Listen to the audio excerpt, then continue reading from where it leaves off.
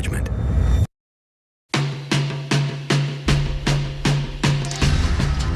Soldiers do.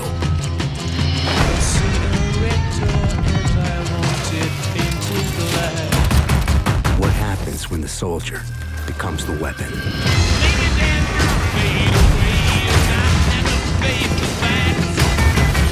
All right, E3 Activision booth.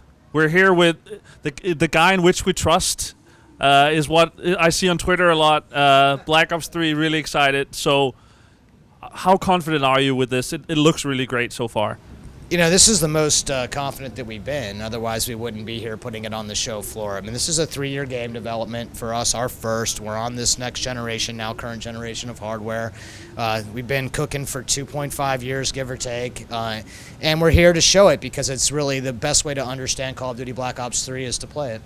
Yeah, as a primary multiplayer guy, I'm really happy to see. I like you already. Yeah, me too. I'm really happy to see that's you put that out here. Like, I'm always excited to see the campaign, but it's multiplayer I'm excited about. So why is it that you're showing that first? This is the first in the 12-year history of the franchise to come to E3 and have it been playable. And it's really simple. I mean, we have our whole thing that we explain how the game works to people, but unless you really experience it, unless you put your hand on the sticks and you get out there and you understand, I could talk about it till I'm blue in the face, and it really resonates with the fast and fluid nature of the game when you're actually playing through it. So we wanted to bring it to the show floor. We were very grateful that our publisher Activision was supportive of that idea. We're here, come down and play it, right? And so you can understand and contextualize the things that we've been talking about with the game with some actual practical experience and hands-on, and people have been reacting really positively to it so far, which obviously, we're quite thankful for. Yeah, I got to play it the other night and was really happy with how the movement system works. Can you talk about that a little bit? Right. So the combat movement system, we talk about this thing as in a couple of ways, and let me just itemize through the different things that are sort of different from Black Ops 2 coming into Black Ops 3. So when you mantle, you can do so sideways and backwards very fluidly without a break in the action. The game has unlimited sprint. What we mean by that is you don't need marathon or extreme conditioning or any other perks to modify the sprint. That's just core. On top of that, you have a thrust jump. That's the analog system. You press the jump button after you jump to get that second. But it still keeps the combat in frame. This is a very analog motion. You actually have to ramp into the speed. It's not super quick. From there, you have the power slide. That uses the same meter that the thrust jump uses, and that's how you kind of slide quickly, but your gun's up the entire time, so you can stay engaged in the fight. You can always slide, you just can't always power slide if you don't have enough energy or juice. On top of that, there's swimming. That's what happens kind of under the map. That's really fun too. So really what's important about this is that's sort of like the going down the list of how it all works. The truth is it's combat movement. It's not any one of those things. It's actually all of those things, and how they work together is what makes the combat so fast and fluid. And really what's important about this is you don't have to use this motion to be successful. In fact, it's actually dangerous to do so. It's very risky, right? So we love risk and reward. We actually design for it. Like, well, that would be really fun, and that's really cool to wall run, but if I do so, I'm super exposed. But we have a guns up philosophy. You can still shoot when you swim. You can still shoot when you wall run. You can still shoot when you thrust jump. You're just not going to be as successful doing that if you stay boots on the ground. Yeah, I talked to Dan a little bit about it as well. Like, right away, I wanted to just run on walls and jump around. It was super fun, especially with a shotgun or a submachine gun. But you do put yourself in dangerous situations sometimes, and there's also that meter, so you can run out of the energy to do that. Does that influence, other parts of the game, maps and guns and that sort of thing? Well, no doubt about it. I mean, when we started with this, we were parallel pathing. We were working on the combat movement features, but we were also trying to figure out how to use them in the context of a map, because Treyarch MP games have a very distinct kind of style to their maps, and we talk about it at a very high level as the 3-lane structure. I mean, it's not quite as simple as that, but the 3-lane structure and the head-to-head combat, these principles, these are like really deeply rooted in our kind of DNA, our philosophy about how to go about making maps. So we need to relearn how thrust jump and power slide and wall running wouldn't destroy the integrity of what's important to having those quick head-to-head combat engagements. And it took a while. We probably spent the first 6-9 months of development working on it. And for someone like me who's really into the pro scene as well, I mentioned it to you before, seeing you on Twitter, like asking pros, and you talked about sniper scopes and stuff.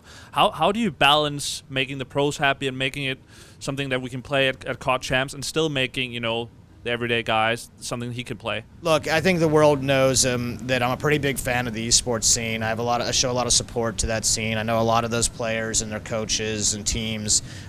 Sometimes I have personal relationships with them, and I know them fairly well. Call of Duty is a massive game, and that there's lots of room for lots of people to participate in, whether you're a casual guy who just wants to pick up the controller on a weekend and get in a couple of games, all the way up to a professional player. We do that because we have a strategy for how to handle that. And at the macro level, this is a game with the co-op campaign, right? So you can play with your friends, the zombie experience, which appeals to a slightly different player, and also the competitive player, and we know there's a lot of overlap between them. On the esports stuff specifically, we're going to be back later in the year to talk about the specific agenda that we have. We have a specific strategy for esports for Call of Duty Black Ops 3. This is, Call of Duty Black Ops, the first one was actually one of the first esports Call of Duty titles and was on the circuit, then Black Ops 2, then Black Ops 3 is going to, clearly we'll have a plan there. You know how we roll. It's actually important to me. I want to save those details for later. How do we deal with it? Well, look, it's challenging, right? Because you need to have this particularly fun game, but that doesn't preclude balance and fun. These things have to go hand in hand. So, you have to have things that are for everybody, and there's a way to deal with that on the esports side of thing, and we deal with that, right? And we've been doing it for 2 games. We know what we're doing. Yeah. All right. Another thing we need to get into is another totally new thing, the Specialist. Can you explain how the system works and give some examples on the different characters there? Yeah, you've come to the right place for a system-level explanation. I am a system designer. This is how I spend my time. So this is a very deliberate choice. So Specialists are 9 playable characters in multiplayer, 6 of which are playable right now, 3 of which we'll reveal later in the year. Now, the Specialists are designed to fit in the power band between something in, say, Create a Class or Pick 10, a gun and attachments, and Score Streaks, which are very reward-driven. Do pretty well, you get a small reward. Do really well, you get a big reward. These fit right in the middle of those 2 places, and that was a very deliberate design decision. So when you pick a Specialist, you have to make a deliberate choice between the Specialist weapon or the Specialist ability. So I'll give you one example from the 9. Well, I'll use Seraph, who's one of my favorites. Seraph has this really insane hand cannon called the Annihilator, a one-shot hand cannon with extreme bullet penetration. That's her power weapon, right? So on the other side, you could take her ability, which is combat focus. You activate that, and then you're bonusing out against Score Streaks as a multiplier. You have to make that choice. Now, as you're playing, you're building up the meter, right? And as you earn score, you're accelerating that. It does not reset on death. Once you earn it, you get the notification noise, you'll see the flashing in the HUD, you'll get the scene, then you press the bumpers at the same time, and then you've activated it. And then you get that brief moment to shine, but do not think for a second this is free kills, because it doesn't change your health in any way. You can get, I've been shut down several times on the floor today. It's like, I got my Annihilator, and then I'm toast, and that's it. So you still have to, really work with that. It's not free, but if you have a moment of brilliance with it, you feel really good, and that's just like, games are supposed to be fun. Let's have some fun.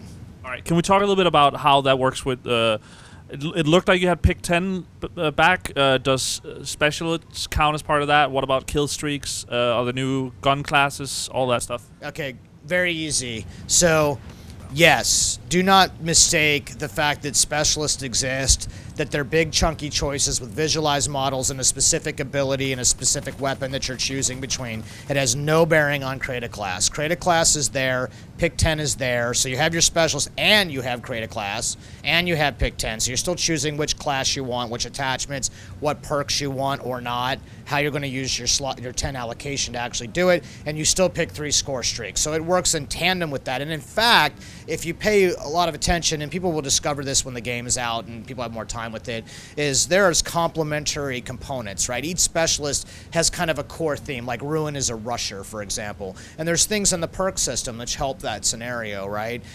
So there's interesting combinations of how you use your Create a Class and your Pick 10 allocation with the Specialist to amp up or complement and supplement maybe something that she's not so good at or he's not so good at.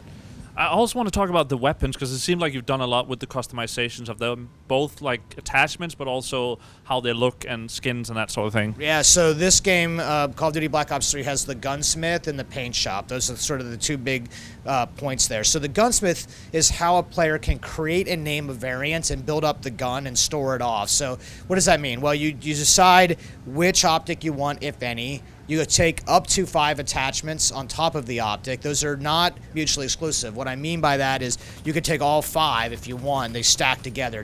Taking one doesn't mean you can't have a certain other one. That was one of the major changes to that system.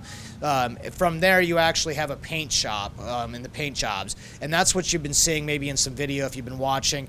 People creating custom skins, a coat of paint, hand mapping it to the actual 3D model of the gun. So you can do some really cool customization of the gun, making a paint job and then applying it to a weapon. And then weapons still have camo, so camo fits in the areas of the gun that the paint job isn't in, and so they actually work together, so you can still do that level of customization. So, and then finally, all that custom variant that that you've named, what you get to do with that specifically is stats are being kept against that variant, so you can kind of measure your performance against your gun with your name, and that's really cool.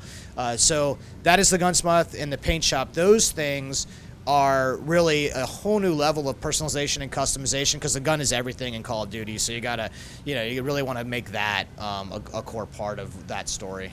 And finally, I want to talk about, I've been used to that the Monday morning, I go to Microsoft, there we have Call of Duty. It was a little bit different this year. Can you talk about that? Yeah, look, I mean, we're Call of Duty is, this is a game that's being made for PlayStation 4, Xbox One, and PC at Treyarch. We were focused on all 3 of those platforms, and we have had great partnerships with many parties over the years, and it's a great privilege that we're partied, that we have a party-up relationship with Sony as well. Yeah, I mean, I want to say, having done a lot of press on video games, I've never heard a dev that's like, I hope we get exclusive stuff on any platform. Like, generally, it seems like you guys are into this because you like games and want to make the best games possible for everyone. Yeah, look, I really appreciate that. I mean, the simple truth of the matter is we are game makers.